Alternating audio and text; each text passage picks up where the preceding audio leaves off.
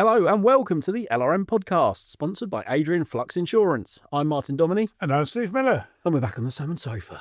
But do you know, it's weird. We've not been here for like 6 weeks. Yeah, it's been a long time, hasn't it? We've been all over the place. We were LRM Live, then I went to see Ben at Motor and Diesel, and before that, we were recording in Land Rovers, not in the studio. Yeah, it seems weird to be back in here, but it's such a comfortable place to be. It really is. Yeah. It's like coming home. No, really good. A lot has happened. We've been busy little bees, haven't we? There's been progress in various areas of our Land Rover Live. So no doubt get into that in a bit. What's new with you? What's new with me? Not my shirt, because I've had this shirt for quite some time. Oh, your hairstyle. I actually had a proper fluff up the other day. Number one, back and sides. Yeah, okay. Couldn't believe how many greys there were, but hey. Nor can I. Yeah. But you're 90. This, again, it feels like a long while ago. We've got a lot to catch up on. But you're 90. We actually had a couple of days on it with our pals Ian and Greg, didn't we? Yeah, and what a couple of days they were. I mean, I even just went into the garage yesterday to look at the progress, because what I worked out is sometimes you've just got to get the right people with the right mindset in the room at the same time. Yeah. And that was probably the most fun I've ever had working on Land Rovers. Really? Yeah. Purely because you're with your best mates, really, and you're chatting utter most of the time. You're drinking tea. You're eating a barbecue. We cooked barbecue. It was good. Yeah. The sun was shining, and everyone was just, in a good frame of mind. I think that's what it was for me. I completely agree, and I had a really good couple of days, and it's so nice to not be at the beck and call of your phone, if anything, for 2 days, because you're really engrossed in what you're doing. And we got so much more done than I was expecting.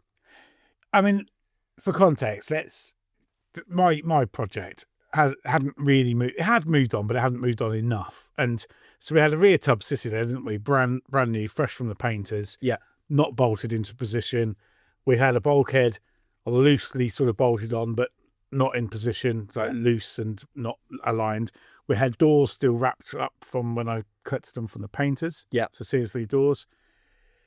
We had sills, we had all sorts stacked around, and various nuts, bolts, washers scattered around the place. There was a lot of stuff in the shed, wasn't there? Yeah, so you sort of proper clear out and tidy up, especially because Greg was coming. And I know you'd already pre-warned me that Greg's mindset, obviously Greg King, engineer from Meticulous. Land Rover, that mindset is not me. I'm messy, as you know. Yeah, you are. He is not. And I was very keen to not hinder him.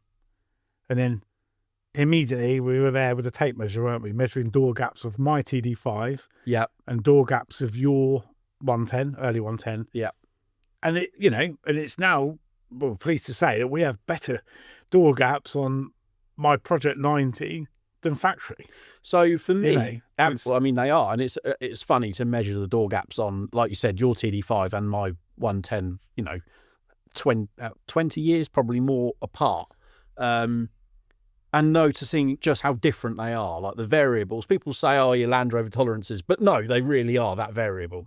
Terrible tolerances, really. But in my mind, if we'd have got your tub bolted down and in position and your bulkhead bolted down and in position by the end of the 2 days in about the right locations, because I know from doing my Series 3 how long it can take to get all the gaps correct, I thought that was going to be a big win. And by the end of the first day, we'd done that. And first thing on the second day, morning of the second day, we had the doors hung on new hinges, like opening and closing into the gap. The gap around the door is perfect. And I was just blown away by how successfully a chassis from one company, a bulkhead from one company, and a tub from one company all worked together. Yeah. And doors from another company.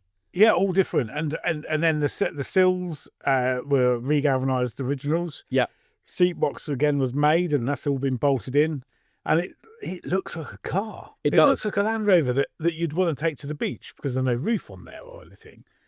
Because I had that early morning, so I had to Rimmer Brothers, about an hour from here, so I had to be there I was their first customer that morning. I was there for 8:30. Knocking on the door. I was waiting. I was eager. I was there at 20 past. I had a 10-minute wait. And the guy opened the door and I was straight in there and off he goes and gets all his genuine genuine parts. Just have some genuine goodness on it as well. And my bank balance knows about it. Oh, I'm sure it does, but the end product will be better for it. Yes, things like the shims for the door hinges that we had the wrong ones, I think, in stock. That's the problem. Yeah, I don't we know, had that's sort of two types. early door hinge gaskets, which are squared, obviously, because the early hinges had square corners, whereas the later ones have rounded corners, and those later hinges are a much, much better, higher tolerance design. So you would have been silly to fit the early ones, in my opinion. It was the right thing to do, Definitely. And by the time I got back at, say, sort of 9:45, the kettle was on and everyone was buzzing again. And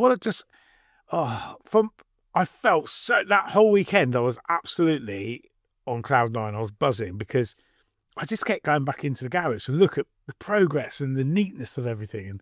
And a big part of it is the fact that the seat box and the doors and that weren't stacked around, they weren't under the chassis. Everything's on it now. yes, So you cleared my garage up no end. Yeah, and that, after, at the end of the second day, when we, really on a high, got the doors on and the gaps were perfect. The body line looks brilliant, both sides, and we rolled it out into the sun, didn't we, to take some pictures? And that paint just came alive on against the galv cappings, and it was as I'd imagined it in my head. I was like, yes, it's coming alive. I think that's the excitement for doing any people out there's projects. That moment of kind of, it can be done. Yeah, it can actually. That vision that you have is a reality now. Weird, such a weird thing, such an enjoyable process. Yes, yeah, we definitely had, like I said, Greg, an engineer, and he was talking us through something I found really interesting was the assembly of Defender back in the day when they were making them new changed at a certain year. I forget what year he mentioned, and they went from aligning the tub and building forward to aligning the bulkhead. I believe there was a difference in the process essentially, and that is why on later Defenders the front bumper holes are so much bigger. They're like enlarged holes that the bolts go through. Yes, they allow for that forward and backward, and also a little bit of movement. If one wing sits slightly ahead of the other, you can tweak the bumper to match it. Wow. And you just think no other manufacturer would have a process like that. The tolerances would just be... I always think, so we've done it the old-fashioned way. Yeah. Which was better. I think so, yeah. We put, obviously, the string line round as well, didn't we, to get the body line, body alignment and stuff. Nice and flush all the way along, and it just looks $1 million. It looks so good. It does, and yesterday and over the weekend I spent quite a lot of time, which is actually quite a long process, because I've got one of those Land Rover official parts books. Yeah. So you can get the official part number for the screw that holds that on, or that, the dash on and stuff. So I've got a big old parts list. I've been speaking to a couple of people about the next stage, really. So I'm thinking ahead now. Yeah. And it's about just spending money on the right stuff. Definitely, yeah. I agree. Yes, we got your engine loom on. There's a couple of little changes to make to that because it's a 200 loom that we're fitting to a 300 TDI. So silly little things like the stop solenoid has a different connector on it, and the temperature sensor has a different connector on it, but that's easily sorted. You've already got the bits to... Yeah, no, that's right. Yeah, spade connector, and it needs to... Yeah, it needs a bullet where a spade is and stuff like that. But that's... We even have, wiring going to some rear lights bolted on it. Yep. Yeah. That visually, that was a massive moment, really, because it looks like a car then, doesn't it? Yeah, and in fact, again, as I sort of said before, when you're doing a Defender, it seems to me like from the sort of seat box back, there really isn't a lot going on, especially a soft top like yours, where you have the hood frame. Right, yeah. There's not a lot of body to build up. There's not a lot of wiring. There's not a lot of anything, really, from sort of like your transfer box back. You've got a prop shaft, an axle, and some lights. Yeah, very simple. Which is lovely. Yeah. Yeah. But no, the next step we're going to do... We're going to book it. We've got 2 more days booked in, haven't we? Next week, yeah. Next week. Yeah. In fact, this goes out, yeah. So next Thursday and Friday. Indeed. So we'll have more progress, but we'll put up a couple of pictures on socials of our progress, and of course you'll explain in a bit more detail in the magazine just what we got up to, and we can show it in a bit more detail there. But yeah, so next step really is get the old bulkhead up to the front of the Land Rover and very, very carefully move stuff over onto the new bulkhead and include running the new Auto Sparks loom down to your new blade fuse box, because we'll get rid of the old glass fuse type fuse. Yeah, so Auto Sparks convert to the blade fuses. Much more reliable. Yes. I've got things like door latches arriving tomorrow. Excellent. Like a whole kit, and I've made them more modern version as well, the up-to-date version. It all helps reduce movement and rattles and things like that. Big time. Because they did actually, like I say, move things on through Defender production, and one of the things they did was, again, the rounded edge hinges have a lot less play in them than the squared off ones, and the captive door latches and things like that all help the body not flex and move around like they did much earlier on. It is strange when you start. Yeah, to the untrained eye, a Defender hasn't changed from a 90 110 from 1983 all the way to 2016, but they have. Yeah. And they've been tweaked. But it's just really, really fun. Yeah, I've got. We had a good laugh, didn't we? Yeah, we did, and it was just the best. Sitting around the table at lunchtime in the sunshine, wasn't it? Having a barbecue, didn't we? And it was just yeah. That's what the days. That's you look forward to days like that. 100%. Yeah, very, very good. I think any day working on a Land Rover with your mates is a good day, but when it comes on further, it's very, very rare that you set an expectation in your mind and you exceed it when you're building something or working on something. Normally, you set out with the very best of intentions, and you might get 2/3 of the way there, and then you feel a bit disheartened. But to actually blast past the pain threshold, like almost, went into. I mean, I was doing a lot of running, wasn't I? I mean, did you see me with a spanner in my hand? I know you joke and go, oh yeah, you're useless. But I don't call you useless, but it was handy having someone there. I was a runner. Taking notes of what parts to order. You went and got the bits on the second day, we had everything there to continue. Keeping the kettle on the boil is always an interesting one. Absolutely vital. But I couldn't keep up with the part supply. We've only got 3 qualified fitters, as it were, fitting parts, and they're like, where's the this bracket or that bracket? Have you got this? I don't know. One thing at once. And I was like running here, then everywhere. I was sweating at the end of the day. Well, the other thing that was good was there wasn't a lot of... because one trap you can fall into when putting something like a Land Rover together is you get too carried away, and then you end up coming back and undoing your work to then refit something that you forgot. And the only thing that springs to mind that happened on was the L-shaped brackets that have the studs for the inertia reel seat belts. Yes. When we bolted the tub up, we forgot to put them between the chassis outrigger and the tub.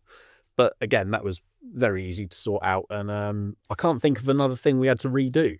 No, the main seal, did that need to come off for so what happened with that was we set the gaps perfectly, but then one of the sills had been galvanized complete rather than in 2 parts. Yeah. So we tried to loosen the bolts off, and they wouldn't. One snapped, and then it wouldn't extend basically because it was just welded into one big lump of galvanized. Okay. So we had to knock the old end piece off and fit. There was a spare one in your shed for some reason. I actually ordered. I mean, that was lucky, wasn't it?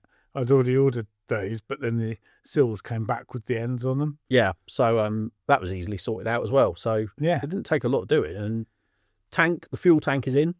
Yes, that's in. And I started connecting up the fuel filler hose and the neck. Yeah. And that's quite fiddly. I just need someone to hold on to the back of it while I get those small screws in. Yeah, they're very. Which are bespoke to that. Yeah. To holding the filler neck on. It's little things like that where you can easily notice if you don't use the right stuff. You can go, oh, that's not quite correct. Yeah, no, you've got the correct screws, but trying to do that whilst holding it and not scratching paint. Yes, that is a danger. Ooh. Which is something you just use a bit of masking tape. Sometimes if you're in doubt, put masking tape over the top of it. Yeah, definitely. Protects the paint and peel it back again. Worth putting the effort in, I think. Yes, yeah. I mean, paint, doesn't matter which method you use or whatever. We've already spoken about this in the past. It isn't cheap, and you do not want to mess it up at that point. But I do think by the time the bonnet, the wings, which I don't have yet, the front panel is painted, I'll be in for about $5,000 Yeah. for paint, which actually, inside and out, a job as good as that. Everyone has commented who's been and seen that paint, not about the colour, but the actual quality of the paint. There's been a lot of comments about the colour. Yeah, it's not brown. It's not brown. It's not brown. Hashtag it's not brown. Hashtag it's not brown is a thing. It depends on the light, but quite brown. But I know that the vision, the finished article, is exactly. It's in my head. It's in your head. Yeah. I think there's a shared vision then. We've had a few debates about the wheel arch spats. I'm still in that. Oof, yeah. Because I've been looking at prices of those. yeah, They are eye-wateringly expensive for genuine ones, which, let's be honest, do probably fit that little bit better. yeah, They do, and they don't bend and they don't come out of shape. yeah. They spring back. I'm inclined to agree, but crikey, they know how to charge for them. Yeah, you're not going to... I told Louise, my wife, yesterday, actually, how much the wheel arch spats... I said, have a guess how much 4 wheel arch spats are for the Land Rover. I hope she was sat down. Do you know how much she said? Go on. She thought 4 of them would be about £200. Really? Yeah. Yeah. Awkward I said about conversation. 900 and something pounds. She said, "You what?" Even I don't. I know I need to go and buy them, but even then, that's like ooh. Yeah, it's an ouchie, isn't it? I don't know what I'm hoping.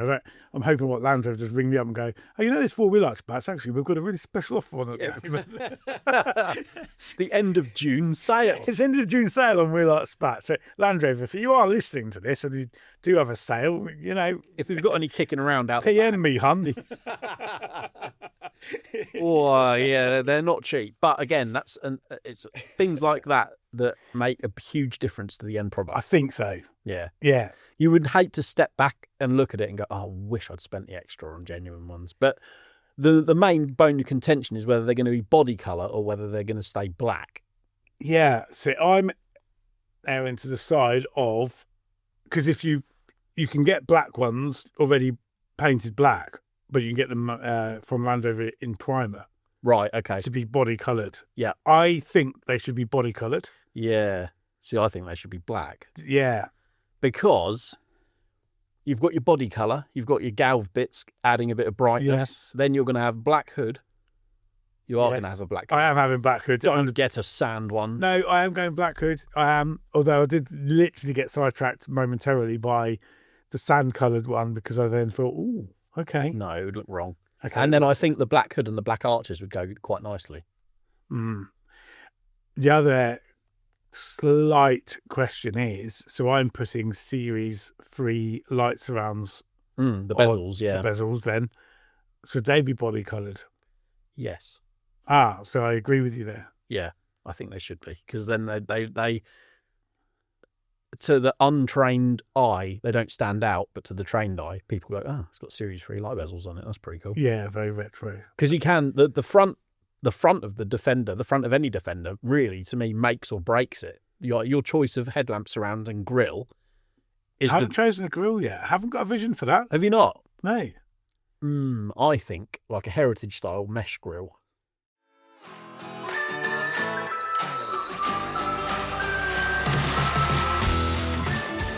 From snorkels and roof racks to engine swaps and body kits, there are loads of modifications you can make to your Land Rover. If you're struggling to get insurance on your modded Landy, speak to specialist insurance broker Adrian Flux. With like-for-like cover on both cosmetic and performance upgrades, they'll help keep your pride and joy protected. Call them directly on 0344 728 0417 for a quote.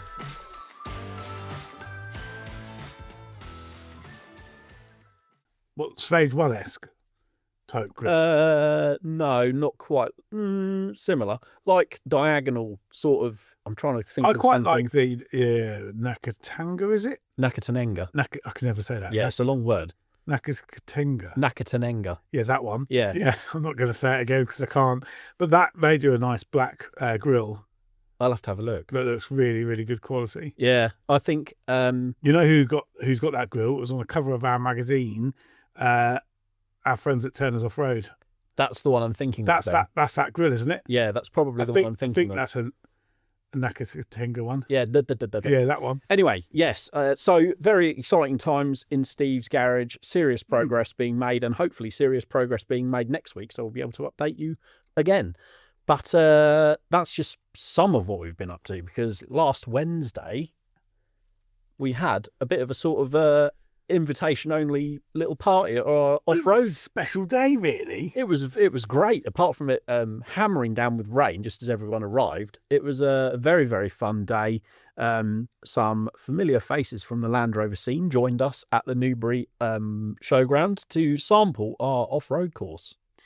And what a day that was. I mean, we got there the day before, didn't we? Because we'd got, we hadn't seen or been round the course since December when we were first built. Yes. So out with the strimmers, out with the loppers, because, we're full of leaf now. Spring had sprung. Yeah, there was lots of foliage where there wasn't any foliage before. And the tracks weren't as clearly defined. Well, let me tell you, by the end of the second day, they were very clearly defined tracks. Definitely. Yeah, there was absolutely no mistaking where the off-road course, where the trail leads, because we'd had pretty much a solid rotation of cars going around it all day. Yes. In all, in, again, heavy rain, which did make it very slick. And then it dried out very quickly because it's quite sandy soil. But we had some brilliant people there.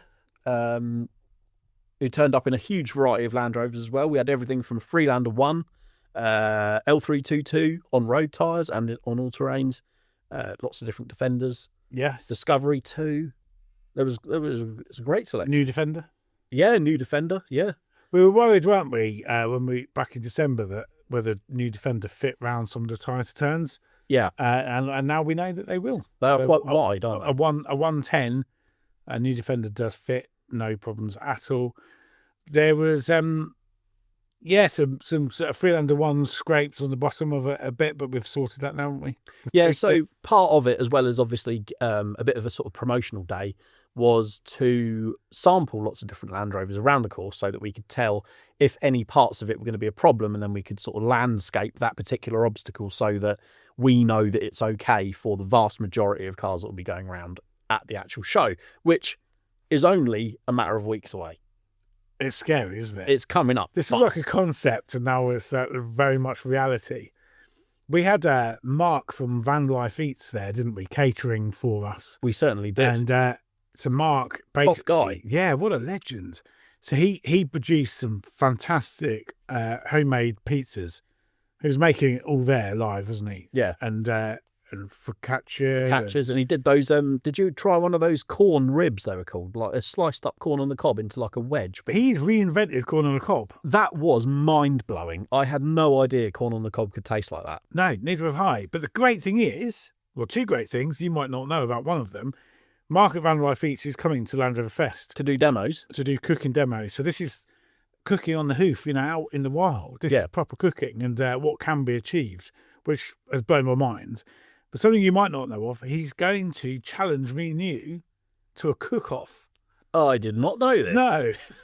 Neither did I, but he announced it while we were being filmed. Is he aware of my cooking, my culinary skills? Well, he isn't aware of either of our cooking skills. I mean, if it's Yorkshire pudding, obviously, clearly I'll win. Yeah, obviously. Yeah, I'll just to the shop. Bust out the Aunt Bessie's.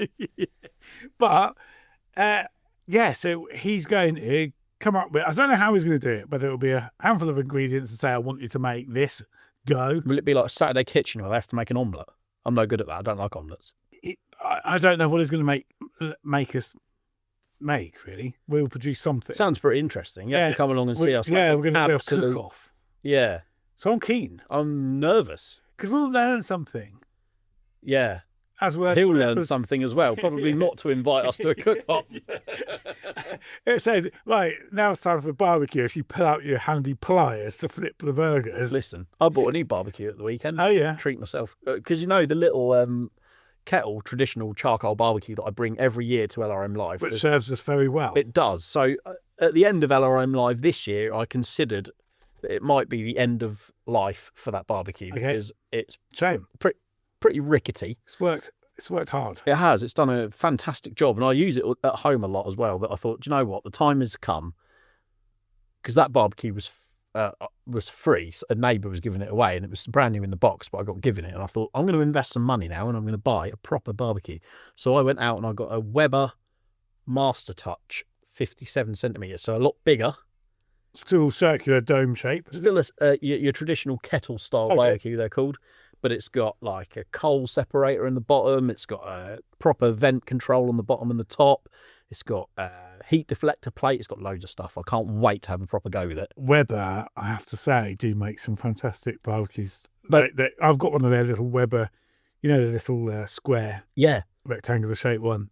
I think it was 80 or 90 quid, I think. But it just doesn't distort, no paint flakes off of it. It's sat outside for 6 months. Yeah, they're honestly, and it just looks like brand new. Amazing quality. You still see them come up for sale used from like the 70s, and they're still in great working order. So I thought, it wasn't that expensive. So it won't be coming with me to LRM Live in the future because it's too big, but I really keen. So that's your home barbecue then? Yeah. So you need now a mobile one. Well, I'm going to, see, now, I have an idea. Okay. So the one that I was going to throw away, the little barbecue that I bring to live, I'm going to weld the legs on because the legs are really shaky. That's the main reason I want to get rid of it. It's very unstable, a bit like me. But I want to cut the legs down and make it more portable so I can put it in because it's quite tall. Because you don't need to be stood there in the garden setup. You want to be sitting by I'm going to basically adapt it to be like a portable barbecue. Oh, good. So I'm going to cut the legs down and it will live on. Most people would just chuck that in the bin. Yeah. But you're upcycling it. That's what I like to think I'm doing. Anyway, we digress. We've got away from the off-road course. Yes, back to the off-road course. Sorry, I got on my high horse about barbecues. Where we went through all of the seasons in a day. We really did. It was incredible. It was monsoon season when everyone turned up, which didn't dampen many spirits, I must say. We had to get that line in. Yeah. People were very, very accommodating of the fact it was... Yeah, but the Land Rover people, they're hardy, aren't they? Yeah. They're not like, So we had our pal Fitter Matt came out. Yes. In his very, very nice supercharged Range Rover. I got it wrong. I said, that's 5 litre. He goes, no, it's a 4.2. 4.2. We had Lord Trousers, the guys from London Mud Club, Lord Trousers and Captain Ratty in the Freelander 1 and a very cool M57 powered 110. Yeah, both very capable cars. And two different spectrums of the price range as well, let's be honest. In fact, there's a video on our YouTube channel now of Lord Trousers going around it's a £510 Freelander 1, and the places that thing was going was ridiculous. Well, it went everywhere. Yeah. We had Max McMurdo, didn't we? From he's off the telly. Off of the telly. He's like an inventor. He does a lot of camping things. He's straight on eBay. Yeah, he's buying one. He could not. He was. Yeah, I mean, Trousers kind of coached him around the course in this Freelander. They had a great time. Again, you can see it if you go to the Land Rover Monthly YouTube channel. We're going to be releasing videos, drive arounds with a lot of the guests that we had there at the off-road course. So keep an eye out for that. He was just blown away by where I was so certain it wasn't going to make it up the, what do we call that hill? He's called it Piggy Hill. Lord Trousers called it Piggy Hill. I think that should be its name. I think so. Because Mick the pig, Mick Crockford, he's like one of the volunteers who looks after the showground. Yeah. He cleared that and did a lot of the work. Scaped it. Yeah. But this Freelander, the pig, because you used to keep pigs. Used to have a pig farm. Yeah. Anyway, we digress again. But the Freelander 1, scrabbling up that pretty steep slope, I thought there's no way it's going to get up there. And sure enough, boom, boom, boom, up it went. Amazing. Absolutely awesome. So yeah, hopefully Max will put his hand in his pocket and get a Land Rover of his own for the event. But it's just going to you don't need loads of money to have off-road fun and be part of this community. £510. And they're out there, aren't they? Freelander 1 for that money. Yeah, definitely. Yeah, still out there with MOT. No, we'll get into that in a bit. I was going to talk to you about my Freelander 2 shopping experience, but we'll get onto that after we finish talking about this. I didn't know you had one, but there you go. Yes, indeed. So, yeah, I mean, we had Maisie there, Yellow Defender on Instagram, Amy. So unusual. Just going on Maisie, and a yellow truck cab 90. So unusual to see a truck cab 90 these days. I did a drive, like a ride along with her around the course. We did a video, and I was like, it was like being 17 again, because my first ever Land Rover was a 90 truck cab TDI, about the same age, and it was like, just like that nostalgia hit was awesome. And these are quite young, young ladies, aren't they? Enjoying the world of Land Rovers and just brilliant. Absolutely. Brilliant to see. Hers was that 90, the yellow Defender on Instagram, is fairly well prepared. It's got a decent it's got, I think, 2-inch lift on it, 33-inch tyres. It's got high clearance rear cross member and some other modifications. And don't get me wrong, Freelander will make it round the course, but that 90 truck cab was, it was flexing its axles really nicely over some of especially the Elephant's footsteps, which are seriously deep. They are. I'll get you a wheel. I haven't driven through them. No, I don't blame you, but you'll get a wheel in the air if you hit the right line. But again, stuff like that, if you're not 100% on board with taking your Land Rover through the bomb hole or through the footsteps, those parts are bypassable, so you don't have to do it if you don't want to. Yeah. But they are right by the fence, so if you're watching as well, you'll have a brilliant view of people, putting their skills to the test. Yeah, it's a skill. You need an element of skill to go around the off-road course. But if you can drive and you take your time, everyone will be able to get round it. Yeah. It's just take your time and enjoy it. Definitely. And we'll have marshals all the way around the course on the weekend as well. So if you've got any questions or you do have a bit of a lack of forward momentum or progress potentially, someone will be on hand to help you out. Talking about forward momentum, right? I was thinking I might have a word with somebody about, I might have a quick look on 4x4tires.co.uk's website. Okay.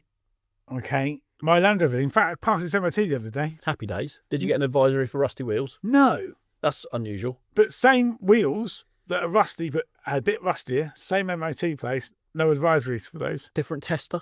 Yes. Oh, there you go then. But, anyway, not going into it, but the wheels are starting to look a little bit unsightly on my TD590. Yes. They're letting it down. And I feel that the Davanti, I've got Davanti Territorials on that. Mm-hmm. The all-terrains. All-terrains. Yeah. They are 20-ish thousand miles in. Yeah. The fronts have worn more than the back. Okay. And I'm starting to feel that off-road, it's not as sharp as it could be. Yeah. Well, they wouldn't, obviously, being an all-terrain, they're probably slightly on the road bias side. They're never going to dig that well on soft mud. I found this at the front end of that before. I suppose even when the tyres were relatively new, I just felt that it needs a bit more grip. Yeah. It's always a compromise, isn't it? It is. So what have you got your eye on then? Well, I still want an all-terrain. Okay. I still want steel wheels. Yeah. But if you remember, my steel wheels aren't quite wide enough, are they, for the 235/85 16s? No, technically they shouldn't have them on, but yeah. No. And the other day, one of my Territorial tyres got written off. Puncture. A puncture? Puncture Steve, they call him. Yeah, I don't know, honestly. It did my head in. Had a slow leak on the spare, and it wasn't on. It became the spare when there was a slow leak. Kept meaning to take it to the tyre place, and it actually had a big nail all the way through the tyre tread down the side of inside the sidewall. Right. Okay. And caused a bulge, which I didn't see. No. The tyre fitter didn't even fit it. Fitted a new valve, so they're sort of ready to go. And they, hang on a minute, what's that? And they looked, as there's a bulge inside. They failed to see the nail. I have to say, when you sent me a picture of it, the bulge was pretty obvious, but unless you were looking for it, you just think it was a slow leak. Yeah, because of the rust around the steel wheels. Yeah. See? So I was just thought, do you know what? It's time, I think, that I should get hold of some new steel wheels and tyres. Have you made a choice? Or you got your eye on a few things? Well, it's all down to, I just want a slightly more aggressive all-terrain. Yeah. I think. Okay. Slightly more, but not so that it hinders road progress. Of course. So I'll have a look. Yeah, we'll have a look later, shall we? Yeah, should we have a look on the website? Yeah, definitely. Do you know what steel wheels you want, though? Do you know what I really, really like? Go on. I do like Neil's wheels. Neil's wheels, yeah. Neil's wheels. He's got that sounds like a calf on EastEnders, like Neil's wheels. That sounds like a car dealership, doesn't it? It does a bit. Neil's steel wheels. I like those. Yes, he's got the standard, wider version of the classic. Yeah. I've always loved Wolves. I'll tell you what's inspired me on the Wolf front. Go on. We had Roy Duffy there, didn't we, last week? Yes, our friend Roy came along to shoot some video and some photos. In his 90 with the orange doors. I have to say, right, those wheels and tyres, or those wheels just looked, yeah. I've said it to Roy, and I'll say it to anyone. If I was to build a 90 from the ground up, it would look very, very similar to that. Yeah, me too. He's done a lovely job. Well, I say me too. If I was to build another one that was my daily, it would look like that. It's exactly the style I like. It's like an old school off-road style, Proper. but it does look great on the Wolves. It did. I was looking at them at about 5 because we camped there, didn't we? Obviously overnight, and so did Roy. And I was looking at those wheels at about 5 o'clock in the morning. I was like, they look really good. Yeah.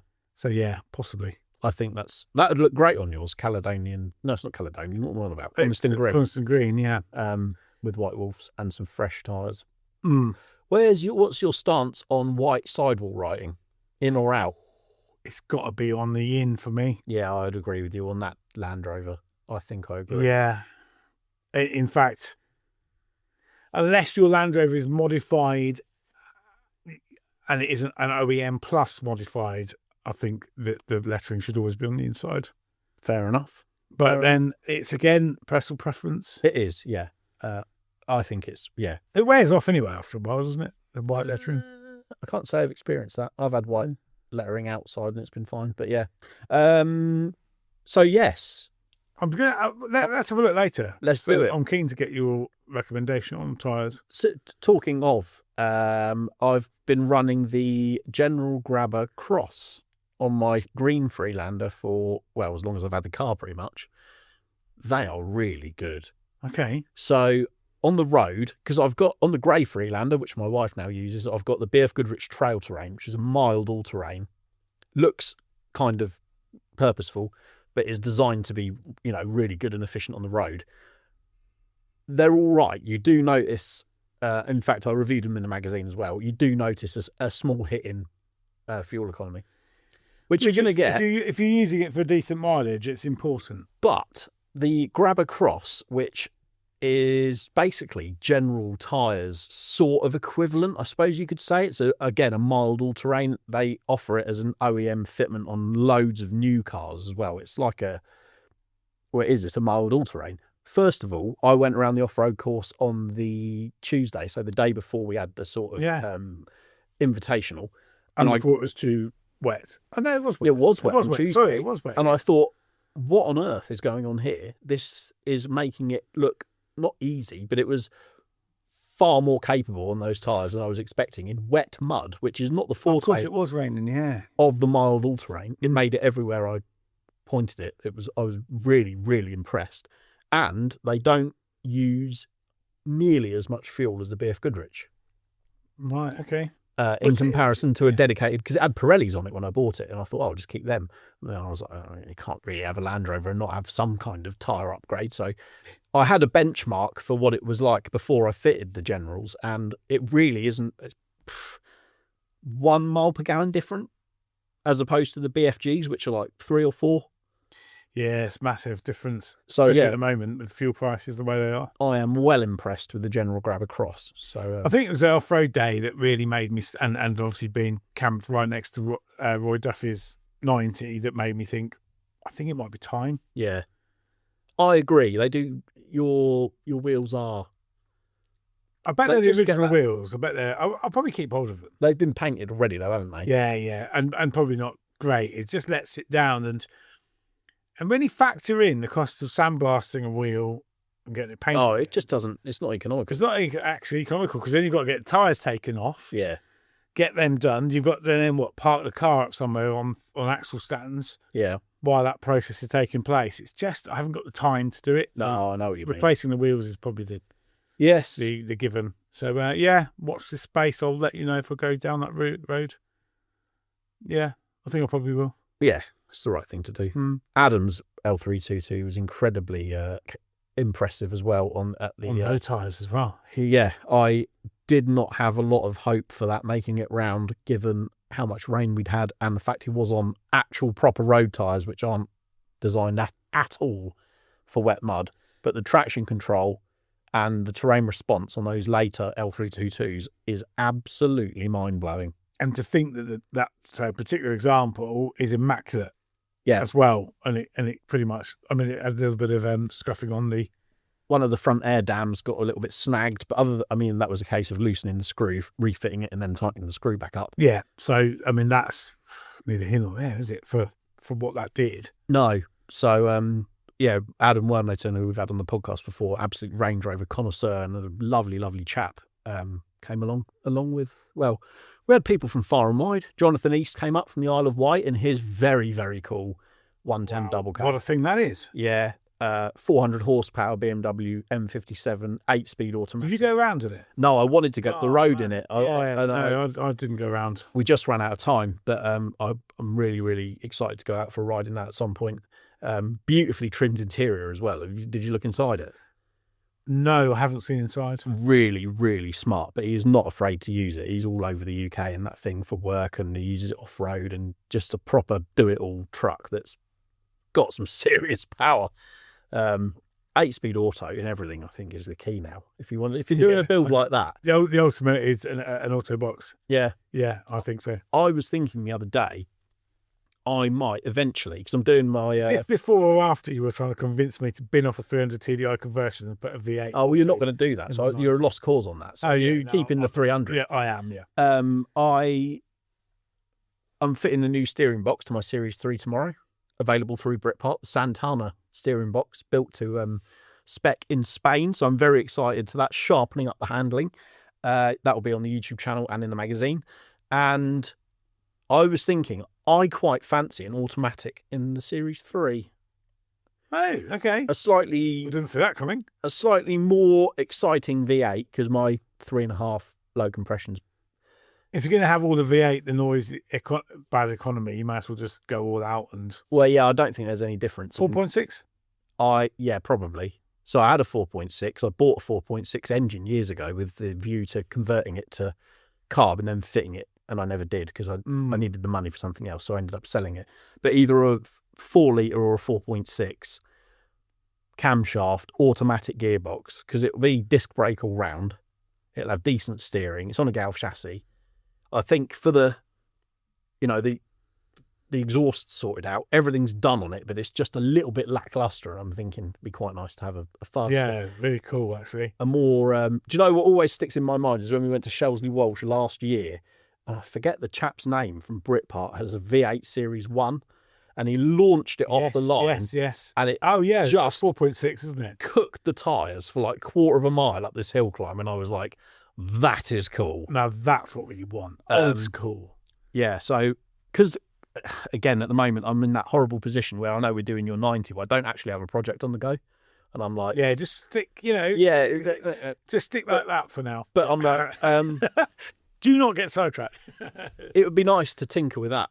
It would. So that might be a winter thing.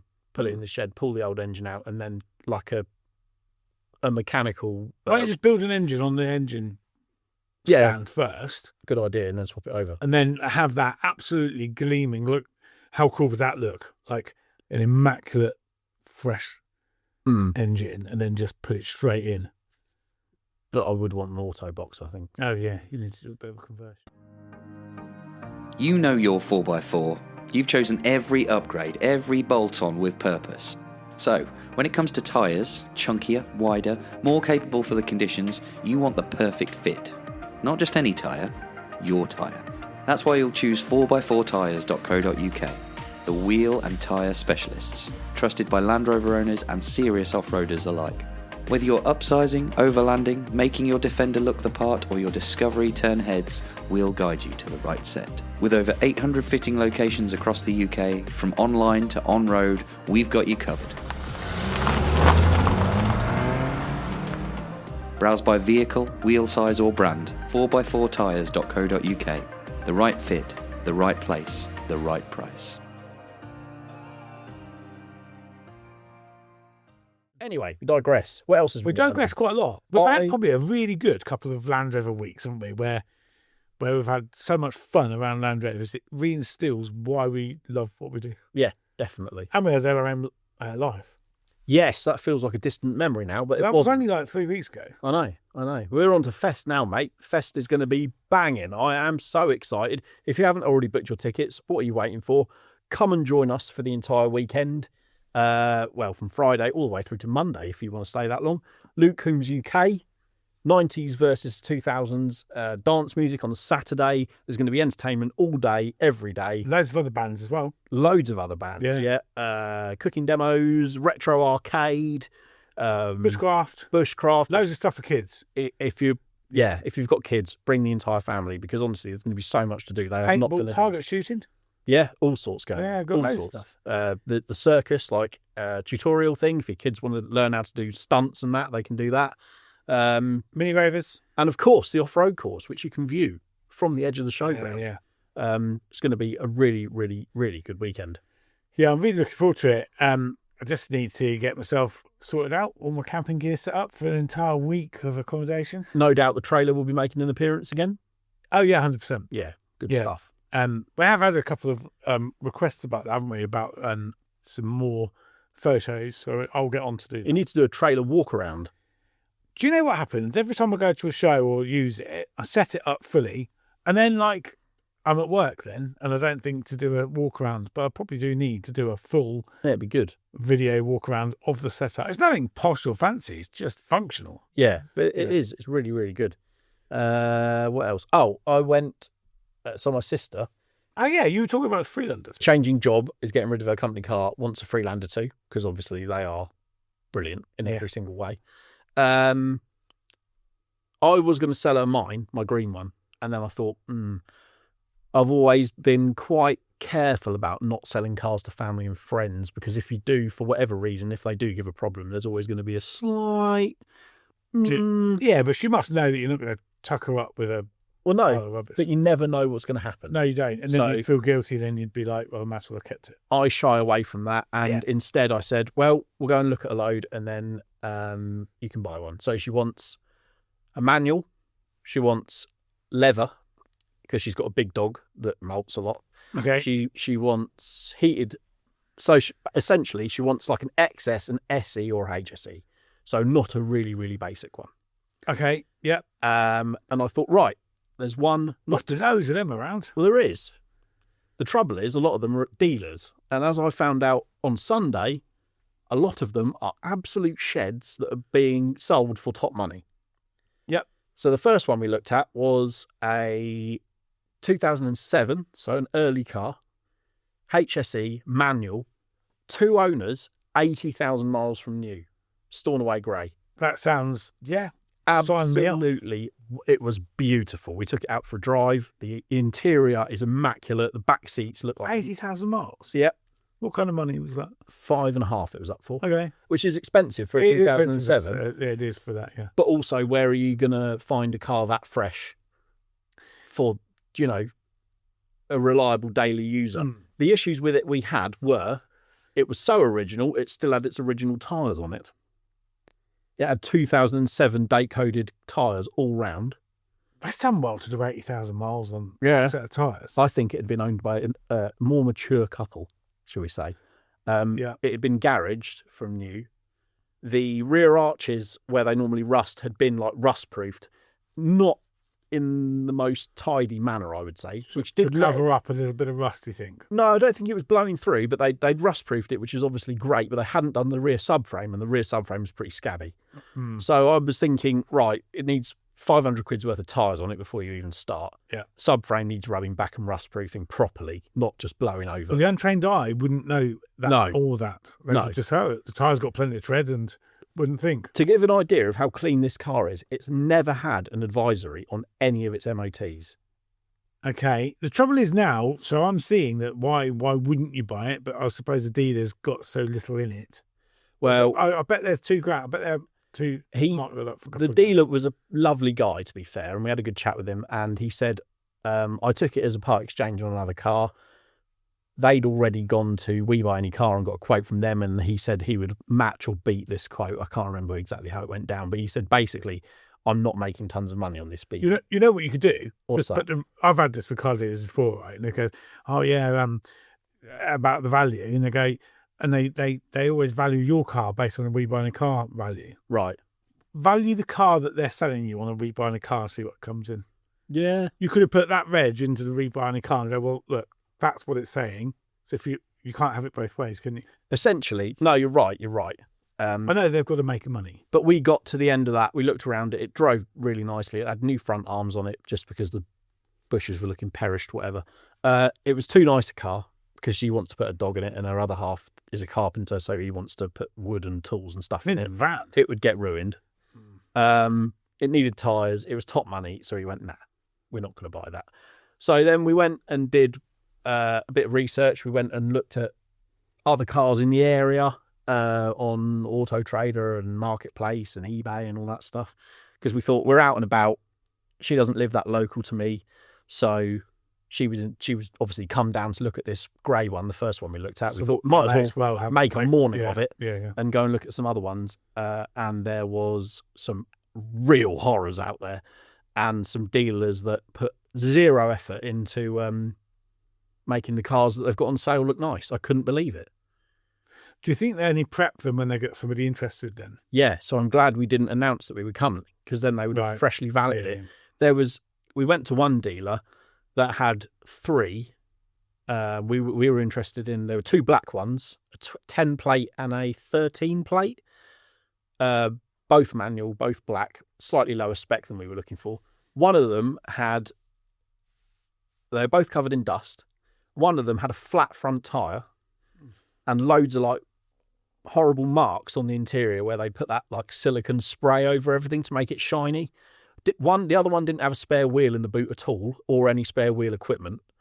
They were proper sheds and they were asking like $6,000 for one of these cars. And we thought, what on earth?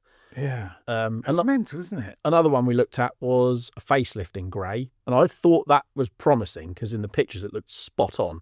And we got there, we looked back through the MOT history and it said things like under trade dented and things like that. So I think it had been used off-road. Went and looked at it. On the face of it, didn't look too bad, but you look through the wheels, the discs were properly heavily pitted. The front subframe had been very, very recently blown over in like under seal. Yeah, and just nothing, a warning sign right there. Yeah, it was pretty nasty. All the tyres were mismatched, although in this one's credit, they were actually holding pressure, which is a bonus. Air the tyres, whatever next. And that was up for like nearly $7,000. And I thought, they're having a laugh. Annoyingly, the best car I viewed that weekend is one that she didn't want because it was actually a TD4E, so front wheel drive. Yeah. And it was an S, so it was a proper base spec car. Not that suitable for what she wanted, to be fair, but I went and looked at it. It was a private sale. Lovely, lovely bloke. Looked around it, drove it, and I very nearly bought it for myself. Oh, really? It was that good? It was really, really nice. Yeah, because you need 3 Freelander 2s in your life. Well, the biggest collection of Freelander 2s. And it was really, really tempting money. And I thought, it's a nice car, this. And it'd be a bit cheaper to tax. Well, I thought, what you've just said, I don't need another one. But that was a lot cheaper than anything else we'd viewed and 10 times better. Thing is, this thing about tax, right? You're never going to get to the end of the year and go, oh, I'm glad I got a cheaper one to tax because now I'm £300 better off. You'll still spend the money. Also, you'll probably forget about the tax when you're trying to scrabble around a wet field with front-wheel drive. Yeah. Yeah, or you decide that our off-road course is so tempting a proposition. You realise, why didn't I adjust? A 2-wheel drive. I don't understand why you'd want a 2-wheel drive Land Rover, ever. I've never understood that. Yeah, I don't mind them, and this one was really nice. But yeah, as I say, cars, but if you've got a... Is this the shout out for the finest Freelander 2 in the land? If you're selling a Freelander 2 SE or HSE, it just needs to be manual. It needs to have leather and a heated windscreen. And you don't want stupid money for it, and it isn't an absolute rock box and it hasn't been beaten to death off-road, drop me an email, editorial@lrm.co.uk, and I'll see if it's something I could potentially be interested in on behalf of my sister. So, yeah. Yeah, you'd be Freelander 2s, man, they are awesome. I can see that I am going to get to the end of my tether with looking for one and just sell her my green one, but then I need a car. Oh, yeah, here we so go. I'm not going back down that worm. Yeah. What you need... No. Anyway. Well, anything else to add? Oh, should we do feature of the week? It's been an awful long time since we've actually bigged up the magazine. I forgot that feature of the week was actually a feature of the LRM podcast. I know, I'm ever so sorry. We've really been slacking on this front, but the current issue that's on sale at the moment is a really, really good magazine, even if I do say so myself. The cover feature is Stealth Camper, it's called, and it's a guy who has got an ex-military 110. It's actually quite a special 110. It's a snatch. And he's basically taken it and he's tried to keep it as sort of military as possible to look at. So quite unassuming to look at. But inside, it's all decked out with some really quite nice expedition gear. And he uses it for camping all over the UK. So, as I say, looks like you wouldn't... It's kind of a wolf in sheep's clothing. Yeah. No pun intended. Yeah. But inside, it's all decked out. It's got lovely storage. It's got a sleeping platform in the back. And it's all soundproofed and upgraded for driving on modern roads as well. Yeah, nice bit of kit, that. A Snatch 2A, to call it its correct name. Not to be confused, of course, with a Land Rover Series 2A. But, that is on the cover of the current issue. So head down to your local shop, grab a copy, or sign up and subscribe and get it delivered directly to your door. You've only got 1 week left to buy that. You have, yeah, and then that's it. Before the new issue comes out. If it sounds like something you would like to read about, but it is gone from the shops by the time you get around to buying it, you can also order single issues from the shop at landrovermonthly.co.uk. Yeah. Might be worth mentioning, do we have a new website? Oh, are we allowed to mention that yet? Yeah. We are. Yeah, because I say so. Okay, cool. We've got a new website. We have got a brand new website, which is very, very exciting. It has been a real kind of long process to get to this point, but it has been launched and it is live now. So, yes, whilst you could go to landrovermonthly.co.uk, it would redirect to Land Rover Hub. Yes. .co.uk. Yes, which is, as the name suggests, a hub of everything that we do. Yeah, do you like the way we did that? Yeah, it was brilliant. I think it's really, really cool. It's like, so the logo is a hub, but it's actually a dry flange, as pointed out by you yourself. Yeah, so I was, the thing is, a hub doesn't really look like anything, but everyone knows the shape of a dry flange, so we went with that instead. Before anyone emails and says, I think you'll find that's actually a dry flange, not a hub. We know. But, so, centre of everything we do, so on there you will find all the latest events, all the latest content, vehicles for sale. Podcasts. Videos. It will direct you to anywhere you want to go in the whole world of Land Rovers. Absolutely. So, hope you like the website. And to everyone who's submitting their Land Rovers for the for sale page, it is going to get updated this week. So thank you for your patience. And hold bit of tight. a crossover between one site registering the other one. Yeah. It's all we're not web developers. That's another team of people who we can blame for all the errors. Technical mumbo jumbo. Yeah. But hold on. Thank you. Yeah, as I say, I've had a few emails from people saying my Land Rover's not on your website yet, and that's because there's a bit of a crossover period. So. Yeah, hold your horses. It is coming. Thank you for your patience. And check it out. We're really proud of it. Yeah, no, it does look very fresh and contemporary. Definitely, yes. We will continue to monitor the classifieds. So be sure that, whilst you still have to, be careful when you're buying from private individuals, we do monitor them and we keep an eye on anything that looks suspicious. Yeah, we vet them all personally. Yes. So if there's any real, scammy looking ones, we don't let them through. Yeah. So not to say that there aren't any. Yeah. To be very, very, buyer beware. Buyer beware. Caveat emptor is the...